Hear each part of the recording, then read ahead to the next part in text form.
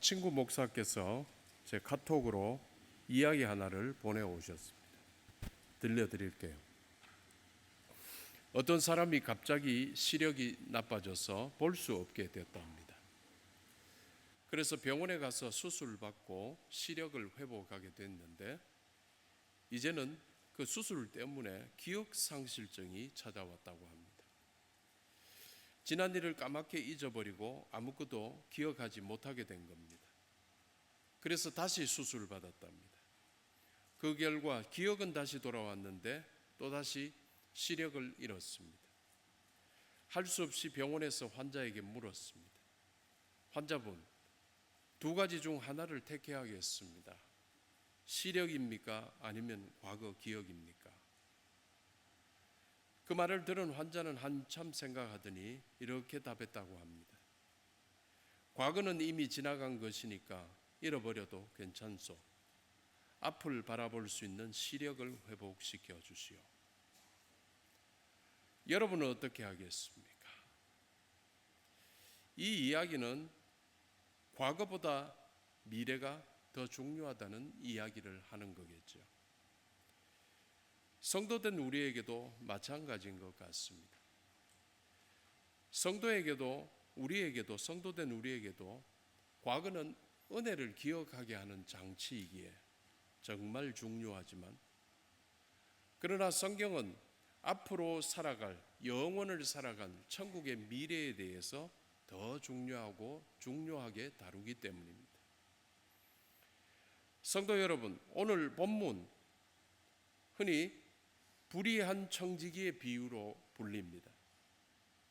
비유의 시작부터 이 비유는 조금 읽는데 논리에서 좀 불편합니다.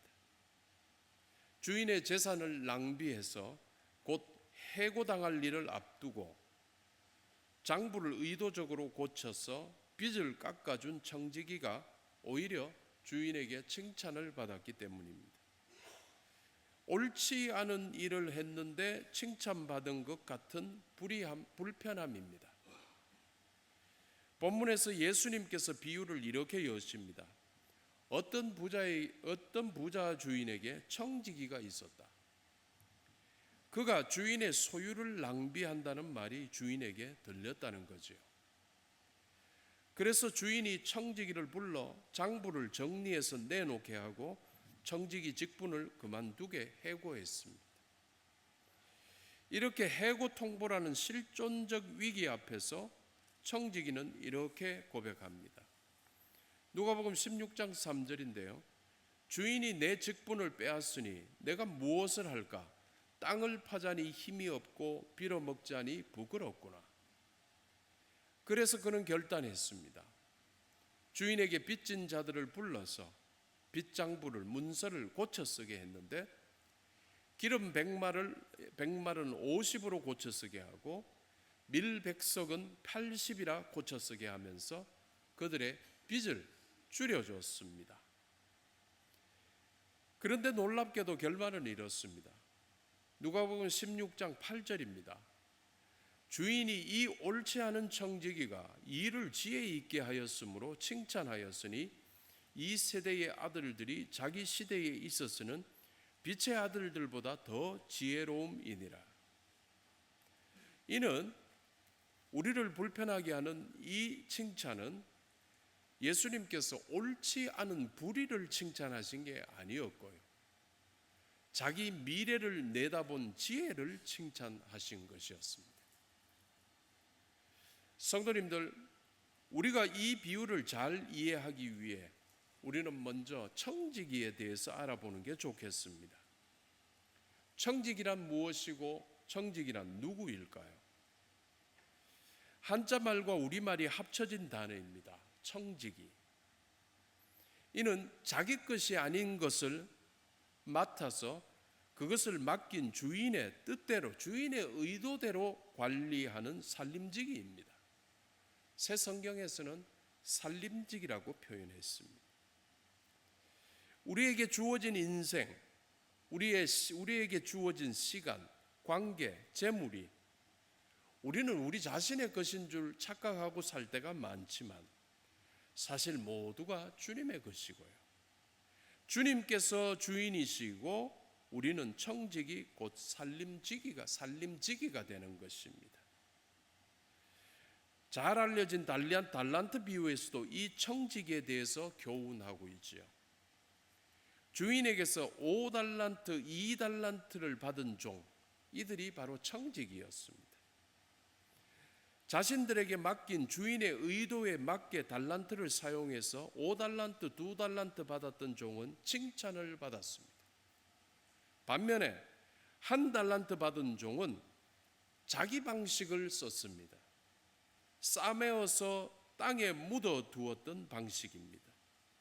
이 방식은 주인의 의도에 빗나갔습니다. 그랬기에 그는 책망을 들었던 거 여러분 기억하실 겁니다. 그래서 주인의 뜻대로 주인의 의도에 맞게 해야 참된 청지기라 할 수 있습니다. 또 다른 예도 있습니다. 한때 예수님의 제자였던 가룟 유다, 향유를 주님께 부은 여인을 낭비한다고 정죄했습니다. 그러나 예수님께서는 그 여인의 행위를 칭찬하셨지요. 그녀는 주인 되신 예수님의 장례를 준비한 것으로 인정받으면서 주인의 것을 주인에게 드렸던 참된 청지기였던 것이고, 참된 청지기가 아니었던 가룟 유다는 주님의 것을 훔치고 주님을 십자가 처형에 내다 팔아버렸죠. 그녀와 그가 참된 청지기이냐 아니냐의 결과의 차이는 너무 크죠. 주님께서 영광을 받으시느냐에 달려있는 것입니다. 이처럼 우리가 참된 청지기가 될 때야 우리 주님께서 영광을 받으신다는 사실을 기억하시기 바랍니다. 누가복음 16장 1절에서는 이와 같이 말합니다. 스크린을 보십시오. 어떤 부자에게 청지기가 있는데 그가 주인의 소유를 낭비한다는 말이 그 주인에게 들린지라. 아까처럼 낭비라는 말이 나왔는데 여기서 이야기하는 낭비는 돈을 이렇게 더 써버렸다, 더 허투루 써버렸다 이 차원이 아니고, 회계부실을 따지는 차원이 아니고 청지기적 사명의 불충성을 가리키는 것입니다. 주인의 의도에 맞게끔 쓰지 않은 모든 일들에 대한 것을 가리키는 겁니다. 성도님들, 오늘 예배에 참여한 저와 여러분, 우리에게도 주님께서는 물으실 수 있습니다. 너는 어떠한가? 너는 참된 청지기인가? 이렇게 물으실 수 있습니다. 여러분, 참된 청지기로 충성을 다하셨으면 합니다. 그런데 안타깝게도 성도님들, 지금의 우리가 불의한 청지기라고 성경은 이야기합니다. 사도 바울의 이 고백 여러분 기억하시지요? 로마서 3장 10절의 고백입니다. 기록된 바 의인은 없나니 하나도 없으며, 의인은 없다는 겁니다. 이 말씀에 입각해 보자면 우리 중 완전한 청지기는 아마 없겠지요. 다만 얼마나 더 불의하냐, 얼마나 덜 불의하냐, 똑같이 불의한데 더하냐 덜하냐의 차이에 서 있을 뿐이지요. 그러면 우리는 늘 불의한 청지기, 참 부족한 종들, 죄인들이기에 성도는 늘 겸손히 말해야 하는 겁니다. 주님, 이 정도면 충분합니다. 주님, 이미 과하게 받았습니다. 주님, 감사할 따름입니다. 이러한 감사의 언어가 불의한 청지기 된 우리에게 좀 더 의의 길로 옮기게 하는 첫걸음이라는 사실을 여러분 기억하시기 바랍니다. 그래서 우리 교회 속에서 들려오는 성도들의 이야기는 늘 부족한 자로서의 입장에서의 말들, 이 정도면 됐습니다, 충분합니다, 과합니다, 감사할 따름입니다, 이미 너무 받았습니다, 감사합니다 라는 말의 표현들이 우리 교회 언어의 문화가 되기를 바랍니다. 한편 성도님들, 여기서 우리는 해고의 선언의 본문을 보게 되는데 누가복음 16장 2절의 말씀이죠. 우리 스크린 보면서 함께 읽겠습니다. 주인이 그를 불러 이르되 네가 청지기 직무를 계속하지 못하리라. 이 말은 단 한마디로 너 해고야 라는 말입니다. 요즘 우리나라 같은 사회에서는 이런 표현 쓰기 쉽지 않습니다. 하지만은 하나님의 절대 주권 하에서 영적인 세계 천국에서 우리의 구원, 형통, 복은 단호히 선언할 수 있습니다. 여러분 너무 잘 아는 본문 내용이죠. 사도 바울에게는 육체의 가시가 있었습니다. 밤잠을 자지 못하고 제대로 먹지도 못하고 정말 자는 곳도 길에서 자고 감옥에서 지내고 하면서 복음을 전했던 사람 중에 최고의 사람이라고 할 수 있는 사도 바울이 육체의 가시, 몸의 불편함 때문에 주님께 내가 복음 전하는데 이게 내 복음 전하는데 방해가 됩니다. 낫게 해 주십시오라고 기도했던 거 여러분 아시죠? 그런데 주님께서는 이 사도 바울의 기도에 대해서 요구에 대해서 아주 단호하게 선언하십니다. 고린도후서 12장 9절의 말씀입니다. 내 언어가 내게 족하도다. 이는 내 능력이 약한 데서 온전하여 짐이라. 참 차가울 정도로 단호하십니다. 하나님의 절대 주권은 이러한 선언이 되는 겁니다. 또 구원에 관해서도 이렇게 못 박으셨습니다. 마태복음 19장 26절인데요. 사람으로는 할 수 없으나 하나님으로서는 다 하실 수 있느니라. 하나님께서는 모든 게 다 가능하다. 하나님의 절대 주권은 우리에게 이렇게 선언하고 계십니다. 성도 여러분, 재림이 무척 임박했습니다. 임박한 재림의 시계가 점점 더 빨라질수록 우리는 더욱 거룩과 경건으로 주님 앞에 서는 준비를 해야 할 것입니다. 지금 나의 제자다움, 지금 나의 순종, 나의 청지기다움이 이제 곧 하나님의 절대 주권 아래에서 평가받게 될 날이 가까웠다는 사실을 여러분 잊지 마시기 바랍니다. 오늘 본문의 후반부 8절에서 13절 부분에서는 앞에서 말했던 이 불의한 청지기의 비유에 대해서 네 가지의 교훈을 담고 있습니다. 첫째는 시대 감각을 갖춘 지혜에 대한 교훈입니다. 누가복음 16장 8절의 말씀 우리 스크린 보면서 함께 읽겠습니다. 이 세대의 아들들이 자기 시대에 있어서는 빛의 아들들보다 더 지혜로움이니라. 이 세대의 아들들, 세상 사람들입니다. 세상 사람들은 노후 교육 투자에 정말 치밀합니다. 세상 사람들이 이 세상에서 살아갈 치밀함을 보임같이 빛의 아들들인 우리는 영원을 살아갈 영생 준비를 지혜롭게 치밀하게 해야 한다는 주님의 교훈입니다.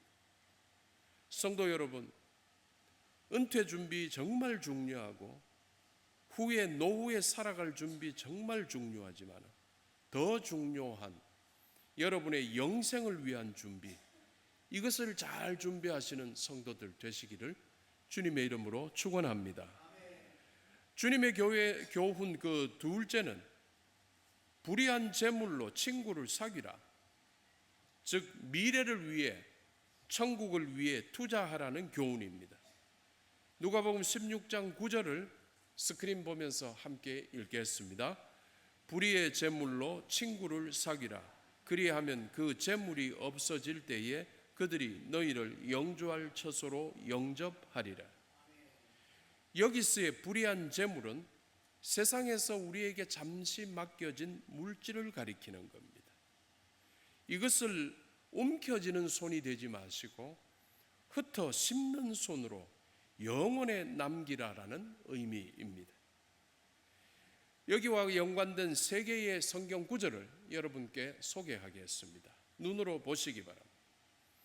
너희 소유를 팔아 구제하여 낡아지지 아니하는 배낭을 만들라. 곧 하늘에 둔 바 다함이 없는 보물이니 거기는 도둑도 가까이 하는 일이 없고 좀도 먹는 일이 없느니라. 자기 육체를 위하여 심는 자는 육체로부터 썩어질 것을 거두고 성령을 위하여 심는 자는 성령으로부터 영생을 거두리라. 우리가 선을 행하되 낙심하지 말지니 포기하지 아니하면 때가 이름에 거두리라 라고 했습니다. 하나님의 뜻입니다. 낡아지지 아니하는 배낭 같은 천국에 투자하시고 성령으로부터 오는 영생에 투자하시고 또 주님께 꼭 보상받게 되는 선행에 투자하시는 이것이 바로 주님의 교훈입니다. 여러분, 천국과 영생과 선행에 더 집중하며 살아가시는 여러분들이 되기를 바랍니다. 주님의 교훈 그 셋째는 지극히 작은 것에 대한 정직과 충성의 테스트에 대한 교훈입니다. 누가복음 16장 10절의 말씀입니다. 우리 함께 읽겠습니다. 지극히 작은 것에 충성된 자는 큰 것에도 충성되고 지극히 작은 것에 불의한 자는 큰 것에도 불의하니라. 적은 수입에 11조 못하는 신앙은 많은 돈일 때 절대 못합니다. 우리는 돈 많이 벌면 좋겠다는 소원을 종종 이런 말을 합니다. 종종 목사님 11조 많이 내고 싶습니다 라고 표현하기도 합니다. 여러분, 11조 많이 내는 물질 축복 받으려면 지금 작은 것에서 더욱 철저하게 주님께 인정받아야 합니다. 천국과는 비교할 수 없이 작은 것이지만 이 세상의 물질은 우리가 주님을 신뢰하고 있다는 영적 신뢰의 지표임에 분명합니다. 꼭 리트머스 종이 같습니다. 주님의 이러한 작은 것에서의 테스트에서 여러분 좋은 성적을 거두시기를 축원합니다. 마지막 교훈은 두 주인을 섬길 수 없다는, 즉 마음의 주인에 대한 교훈입니다. 누가복음 16장 13절 말씀 스크린 보면서 함께 읽겠습니다. 집 하인이 두 주인을 섬길 수 없나니 너희는 하나님과 재물을 겸하여 섬길 수 없느니라. 노후 준비는 철저히 하면서 영혼을 준비하는 일은 미루고만 있지는 않습니까? 우리 마음의 주인이 하나님임을 분명히 드러내시는 성도들로 살아가시기를 축원합니다. 결론을 맺습니다. 사랑하는 성도 여러분, 오늘 이 불의한 청지기의 비유는 단순히 돈 이야기가 아니라 우리 인생 전체를 어떻게 살아야 하는 것을 보여주는 겁니다.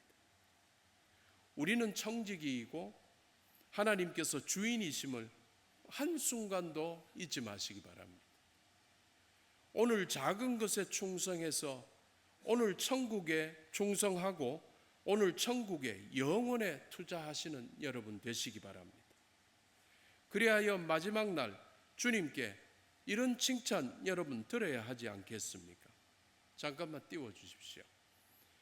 여러분 스스로에게 들리는 소리로 한번 읽어보시죠. 주님께서 여러분에게 하시는 말씀으로 한번 읽어보겠습니다. 같이 읽겠습니다. 잘하였다 착하고 충성된 종아. 곧 오실 주님께 이러한 칭찬받는 우리 모두가 되기를 주님의 이름으로 축원합니다. 기도하겠습니다.